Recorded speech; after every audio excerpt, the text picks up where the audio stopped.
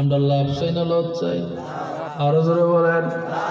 যেই দুরূদে পাক আল্লাহ রাব্বুল আলামিন অগণিত ফেরেশতাদেরকে নিয়ে আল্লাহ তার মাহবুব নবীজির উপর পড়েন, আল্লাহ পাক ঈমানদারকে নির্দেশ দিলেন আল্লাহর হাবিবের উপর দুরূদ ও সালাম পড়ার জন্য ঘোষণা কার? আরো জোরে বলেন। আল্লাহর ঘোষণা, ইয়া আইয়ুহাল্লাযীনা আমানু সাল্লু আলাইহি ওয়া সাল্লিমু তাসলিমা ঘোষণা কার? হাজিরিন, একদিন এই পৃথিবী ধ্বংস হয়ে যাবে, আল্লাহকে আল্লাহ বলে ডাক দেওয়ার মতো কেউ থাকবে না, আল্লাহর জিকির করার মতো কেউ থাকবে না, আল্লাহর ইবাদত করার মতো কেউ থাকবে না। আমার আল্লাহ এই পৃথিবীতে আমাদেরকে পাঠিয়েছেন তার গোলামি করার জন্য, তার ইবাদত করার জন্য, তার জিকির করার জন্য, তার হুকুম মান্য করার জন্য, আল্লাহকে জানার জন্য, চিনার জন্য, বুঝার জন্য। যেই দিন আল্লাহর বান্দা আল্লাহর জিকির করার মতো কেউ থাকবে না, থাকবে না, থাকবে না। প্রশ্ন জানতে পারি, ও গাজী আব্দুল হাফিজ হুজুর, আল্লাহর জিকির করার মতো যদি কেউ না থাকে তাহলে নবীর দুরূদ পড়ে কে? প্রশ্ন জাগেনি? আরো বলেন।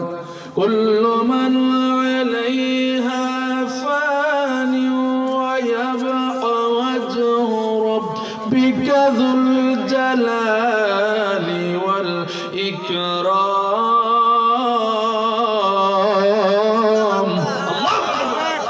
সব কিছু ধ্বংস হয়ে যাবে, শুধুমাত্র কেবলমাত্র থাকবে আমার আল্লাহ। আল্লাহু আকবার বলেন।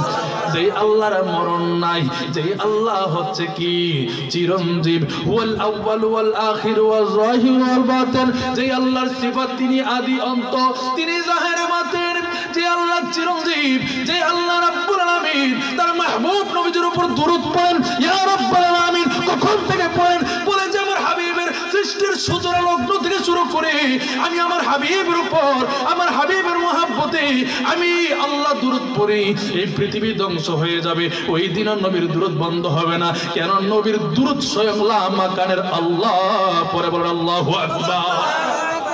যেই দুরূদ আমার আল্লাহ পড়েন, তার বান্দাকে বললেন পড়ার জন্য, ওই দুরূদ পড়তে রাজি আছে কিনা? আরো জোরে বলেন, হাত তুলে দেখান।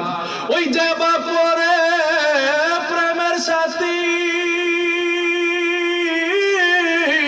দুরূদ নবীর উপর, দুজক হারাম হবে আশিকে নবীর উপর। আল্লাহুম্মা সাল্লি আলা মাওলানা মুহাম্মদ ওয়া আলা আলি